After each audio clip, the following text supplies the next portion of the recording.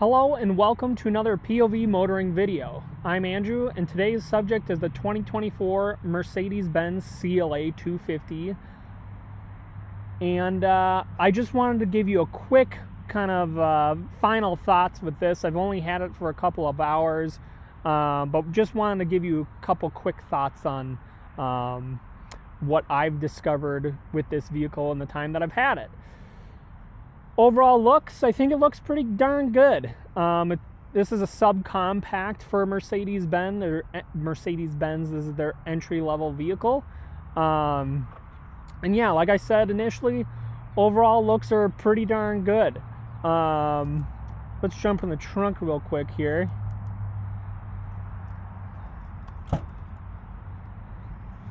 Decent amount of space, actually. Again, for its size. Not a very large vehicle, which we'll definitely notice the most as we jump into the rear here.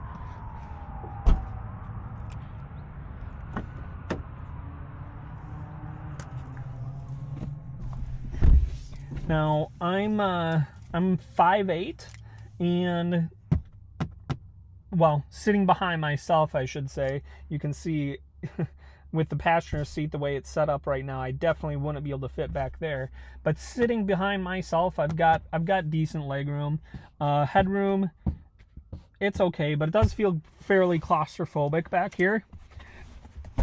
Got your cup holders, air con vents, even in a subcompact, though this is a pretty expensive car, which we'll get to in a moment.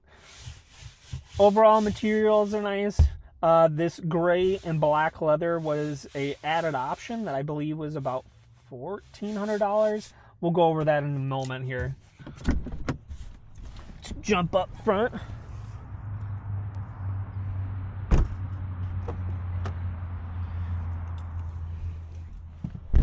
All right, let's see here.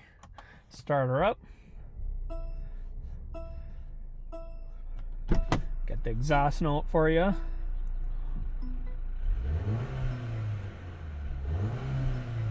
No, doesn't really sound all that great, to be honest. It's a 4-cylinder after all. Now, one thing I wanted to talk about is the price of this vehicle. So suggested retail price starting for the CLA250 4Matic is about $45,000, and they really nickel and dime at Mercedes, because that jumps up to $60,415 prices tested. A couple large packages in here. PDD Premium Plus package. There's that gray and black leather $1,450. Driver assistance package $1,700, and then the AMG night package $3,150. So yeah, they like to nickel and dime you for things. Let's jump right into the good, the bad, the ugly. I'm going to review my notes here, or refer to my notes rather. Let's see here. All right. So the good, the steering wheel feels good in your hands. It's a decently chunky sized wheel, but not too big. I like the perforations here. Just overall feels good.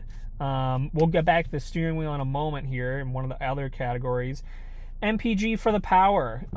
This vehicle puts out 221 horsepower and 258 foot-pounds of torque. And with that, it gets 25 city, 35 highway. It is a mild hybrid, which you definitely feel when you drive it around, especially around start-stop situations. Mercedes start-stop, super smooth. I didn't put that in the good, but I guess I just did.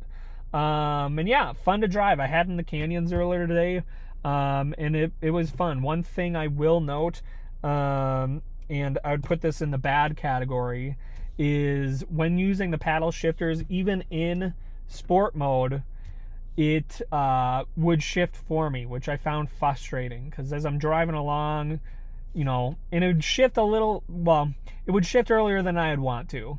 not even into redline or near redline. It would shift for me, which I found frustrating. If I was hanging there a little too long, it would just want me to shift into the next gear, which is probably has something to do with the good MPG ratings that it has, that transmission tuning. Let's see here. Already went over the price, obviously being expensive, especially for a subcompact vehicle, but it is a luxury vehicle, Mercedes-Benz. Space, as I noted, it's pretty tight in here, but again, it is a subcompact, so I'm going to put that in the bad, but take that with what you will because of the category that this fulfills. Another thing that I notice is the screen is a little far, even for my seating position here. It's just out of reach. Not a huge deal, but I thought I'd note that in the bad category there. And then again, that sound, it doesn't sound very good. Let's go for a little, and they pump in some audio. Let's drive around here. Hopefully it doesn't, let me just put the seatbelt on so it doesn't ding at me.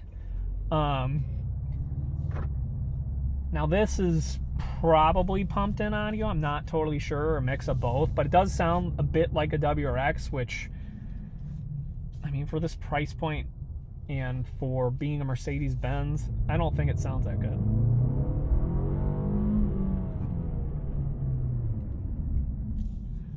Once you get higher into the revs, it starts to sound better, but just around town, lower RPM, I don't think it sounds that great, but that's my personal opinion, so take that with a grain of salt, if you will. If you like it, cool. If you don't like it, you're with me. Let's see here. Ugly. These darn controls that Mercedes has been doing with their latest steering wheels, the touch controls, not a fan. There's no feedback with it. You can bump them. I don't get it. And they're piano black, and you're touching this all the darn time. Why would you put piano black there? I don't know. There's a lot of piano black in this. I don't know why automotive manufacturers thinks that is a nice material, because it just isn't. We need to get away from this. I mean, you can already see all the fingerprints and scratches, and there's a lot of it. A lot of piano black. And then the seats. Again, I am 5'8", and about 160 pounds-ish, depending on the day. And I've noticed that I'm sitting on the edge of the bolsters, or what, I mean, there's not a whole lot of bolster here, which is honestly another negative for it. I like my seats to hug me, especially in a sporty car like this, or at least a vehicle with sporty intentions. I shouldn't be sitting on the bolsters. I'm not a huge person. I'm not a big person. These seats should be a little wider.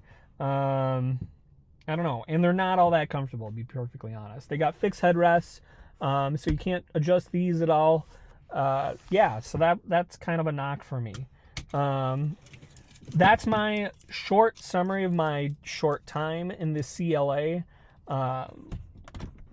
Just wanted to give you guys just general information for the couple hours that I've been in it. Another thing that I've noticed is when you shut this door, it sounds like a heat shield or something's rattling, which isn't a good look.